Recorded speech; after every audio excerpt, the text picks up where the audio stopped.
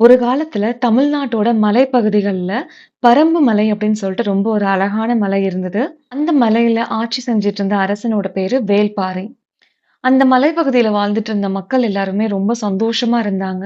அவங்க ரொம்ப செல்வந்தர்களா இல்ல அப்படின்னாலும் ரொம்ப நிம்மதியோட இருந்தாங்க. அரசனும் அவங்கள ரொம்பவே நல்லா பார்த்துக்கிட்டாரு. அந்த மக்களும் சரி, அரசனும் சரி, அந்த காடுகளையும், அங்க இருக்கக்கூடிய உயிரினங்களையும் ரொம்பவே மதிச்சாங்க. விவசாயம் பண்ணாங்க. தேவைக்காக மட்டுமே வேட்டையாடினாங்க. வேள்பாரி வந்துட்டு எந்த மாரி ஒரு அரசன் அப்படின்னா, பாகுபலி சினிமா பார்த்திருப்பீங்கல்ல.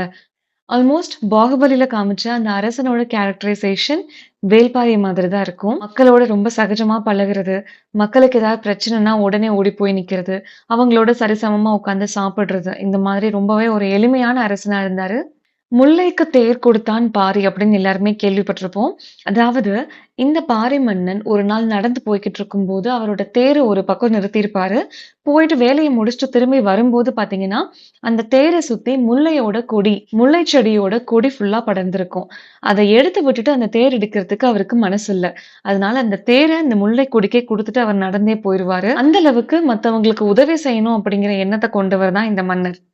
அதே டைம்ல தமிழ்நாட்டுல 3 முக்கியமான அரசர்களும் இருந்தாங்க. சேர, சோழ, பாண்டியர்கள். இவங்க எல்லா குறுநில மன்னர்கள்கிட்டயும் வரி வசூலிச்சுட்டு இருந்தாங்க. ஆனா பாரி, இந்த மலைய பாதுகாக்கிறது நானும் என் மக்களும் தான். இந்த மலை என் மக்களோடது. நாங்க எதுக்காக வரி கட்டணும் அப்படின்னு சொல்லிட்டு வரி குடுக்க மாட்டேன் அப்படின்னு சொல்லிட்டு இருந்தாரு.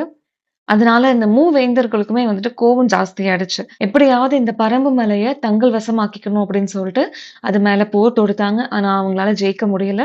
நெறைய தூதுவர்களையும் அனுப்பிட்டு இருந்தாங்க. எதுவுமே வேலைக்காகல. இந்த நேரத்துல பறம்பு மலைக்கு கபிலர் அப்படின்னு சொல்லிட்டு ஒரு புலவர் வந்தாரு. அவர் பாரிய பத்தி கேள்விப்பட்டு தான் அங்க வந்திருப்பாரு. அங்க வந்ததுக்கு அப்புறம் என்னமோ தெரியல 2 பேருக்குமே ஒரு நெருக்கமான நட்பு ஏற்பட்டுச்சு. கபிலர் வந்துட்டு பாரியோட நேர்மையையும், இரக்க குணத்தையும் ரொம்ப பாராட்டுனாரு. அத பார்த்து ரொம்ப நெகிழ்ந்து போனாரு. பாரியுமே கபிலர தன்னோட குடும்பத்துல ஒருத்தரா தான் பார்த்தாரு. ஒரு கட்டத்துல பாரிய வந்துட்டு நேர்மையால ஜெயிக்க முடியாது அப்படின்னு சொல்லிட்டு மூவேந்தர்களுமே கொஞ்சம் சூழ்ச்சி பண்ணி பறம்பு மலைய எல்லா பக்கங்கள்லயும் சூழ்ந்து போர் தொடங்குனாங்க. கடைசியா வந்து வேள்பாரியா அவங்க ஜெயிச்சுட்டாங்க. ஆனா போர்ல கிடையாது. சூழ்ச்சியால தான் ஜெயிச்சாங்க. பாரியோட 2 சின்ன மகள்களுக்கும் வந்துட்டு நல்ல வாழ்க்கை அமைச்சு குடுக்கணும் அப்படின்னு சொல்லிட்டு கபிலர் அந்த பொறுப்ப எடுத்துக்கிட்டாரு. அந்த பொறுப்ப முடிச்சதுக்கு அப்புறமா கபிலர் தன்னோட நண்பரோட மறைவ தாங்க முடியாம அவரோட உயிரையும் விட்டுட்டாரு.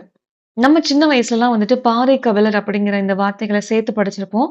ஆனா, அவங்க 2 பேரோட நட்பு எவ்ளோ ஆழமானது, பாறையோட குணங்கள் எப்படி, ஒரு அரசனுக்கான குணங்கள் எப்படிலாம் இருக்கணும் அப்படிங்கிறத வேள்பாறை அப்படிங்கிற புக்க படிச்சு தெரிஞ்சுக்கோங்க. உங்களுக்கு தமிழ் புத்தகங்கள் படிக்க பிடிக்கும் அப்படின்னா, நீங்க கண்டிப்பா மிஸ் பண்ணாம படிக்க வேண்டிய ஒரு புக் இந்த வேள்பாரி. நீங்க ஆல்ரெடி இந்த புக்க படிச்சிருந்தீங்கன்னா, உங்களோட கருத்துக்கள கீழ கமெண்ட்ஸ்ல சொல்லுங்க. இன்னும் படிக்காம இருந்தீங்கன்னா, கண்டிப்பா வாங்கி படிங்க. நன்றி.